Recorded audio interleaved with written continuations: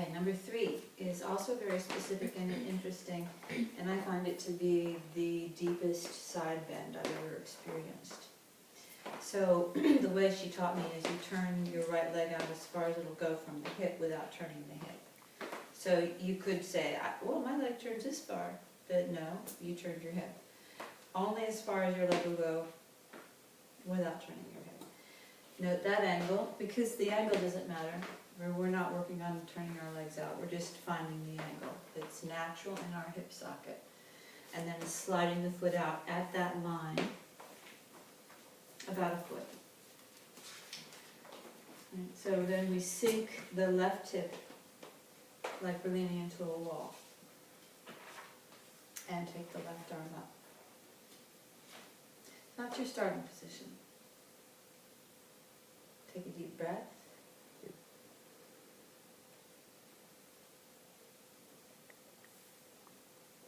And the same thing is going to happen here. All you're paying attention to is the root lock exhale.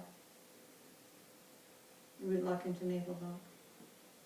And then letting your body release into gravity as far as it'll go without leaning forward.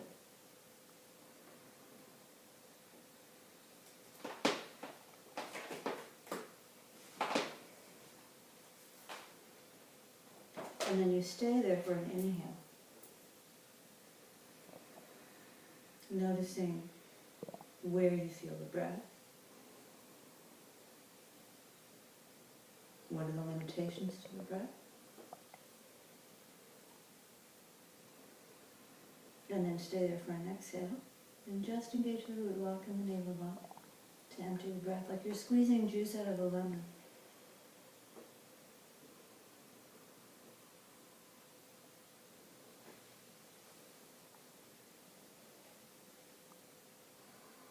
Stay for another inhale.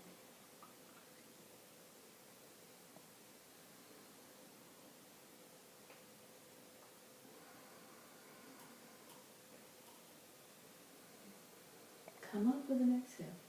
Let your root lock lift you back up. Lower the arm. Stand on both feet. And notice, compare the sensation of your right and left body.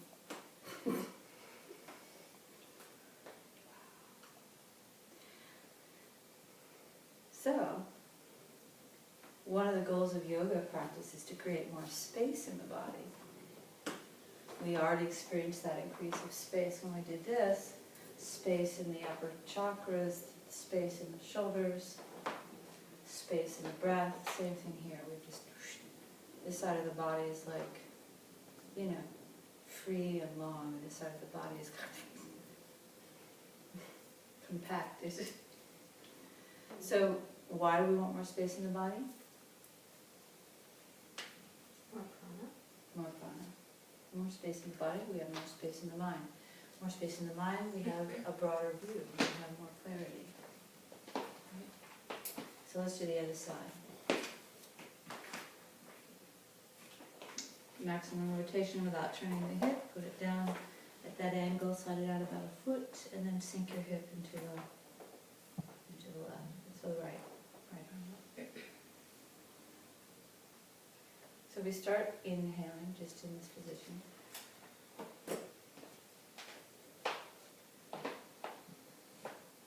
And then we engage the root lock into the navel lock and just float into gravity. Just where gravity takes you. Notice that your bottom arm, check that your bottom arm is free. Your neck, your shoulder. Only thing working here is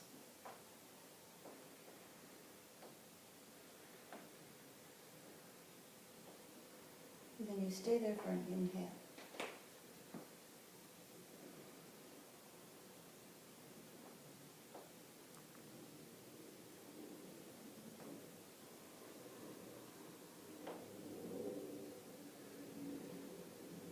You stay there for an exhale.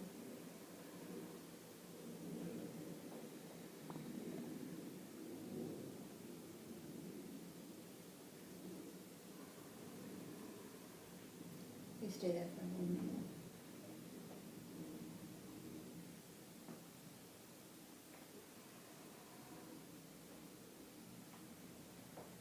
You come up with a nice exit.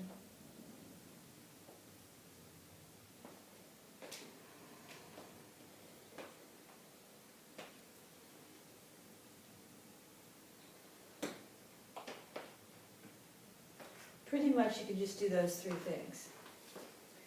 When you're doing this, is most of your weight on this leg? Not, is it evenly on both legs? It's mainly on the back, you're pushing. Yeah, you're not this pushing way. into the hip. It's pushing into the hip. So, I was feeling like, oh, I'm not really leaning enough, but then if I push more in the hip, I could lean more, so that's really, other than trying to keep it on both feet. Okay. and what was I just going to say? Oh, yeah. So, for quite a while of time, before I learned a more, the kind of approach to Vinyasa yoga and Ashtanga yoga that we have now, because it wasn't happening here in this area. I just learned that little bit.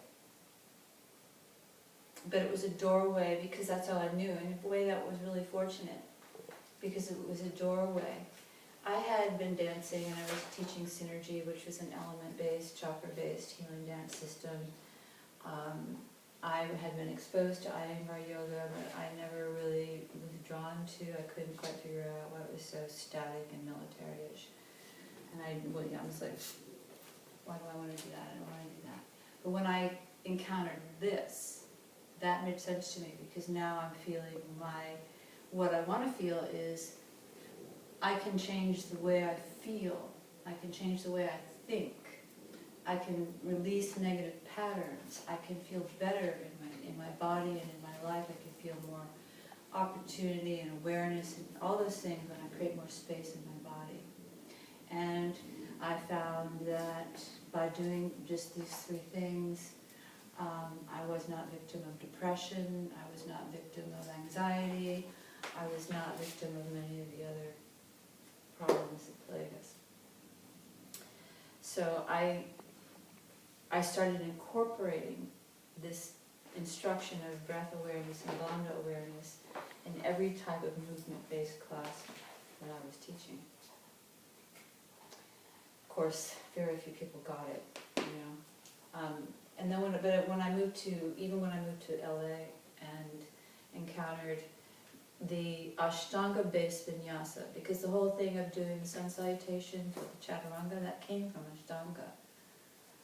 And it was then sort of watered down and made more palatable to a broader range of people.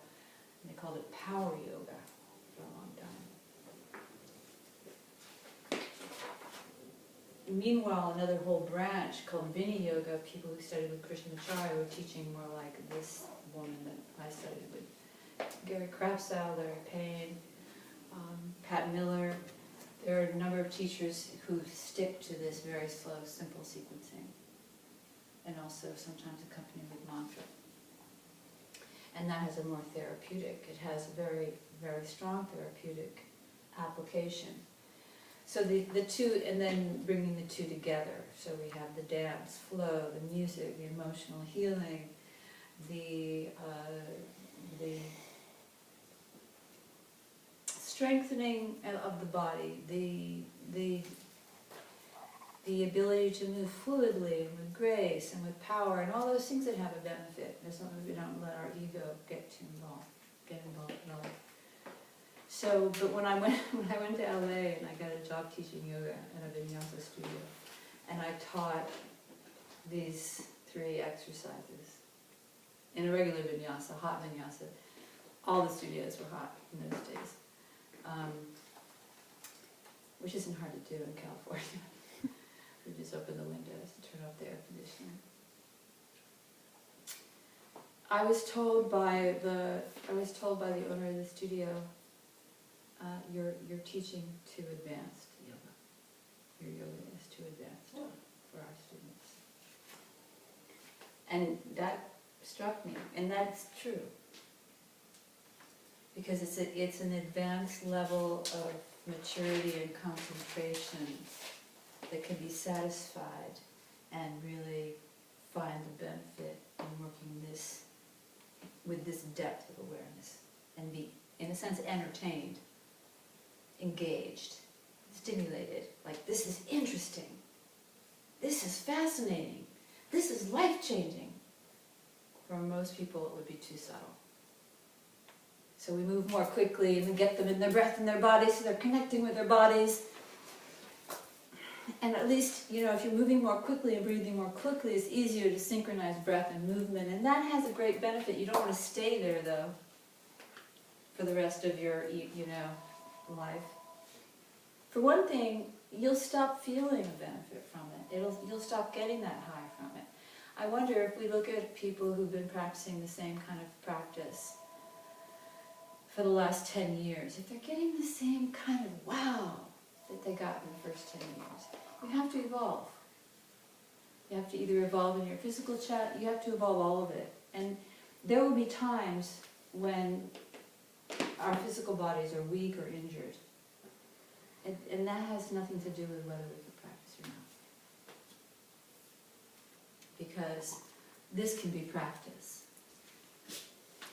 After I had my appendix surgery, this was my practice.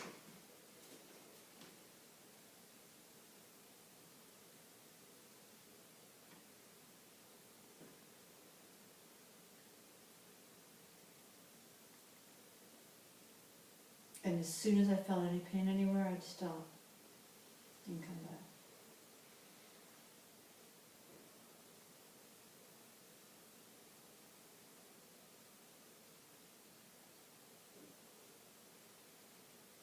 Five minutes of quality awareness is profound, because what you've really done is you've connected with the truth of yourself. And that's the bottom. That's the end goal. There I am. Oh, there I am. I mean, even just, if all you have before you walk out the door is a couple minutes, just go into down dog. Take a couple breaths in down dog. Check in. Check in with your legs, check in with your arms. Most importantly, check in with your breath. And just that can make a tremendous difference of how you are walking out that door to face your day. Just that. Because you did it. Instead of not doing it, you did it. Okay, let's come into the front of our mats and let's just do the Ashtangi way, which is just 5 A's, 5 B's.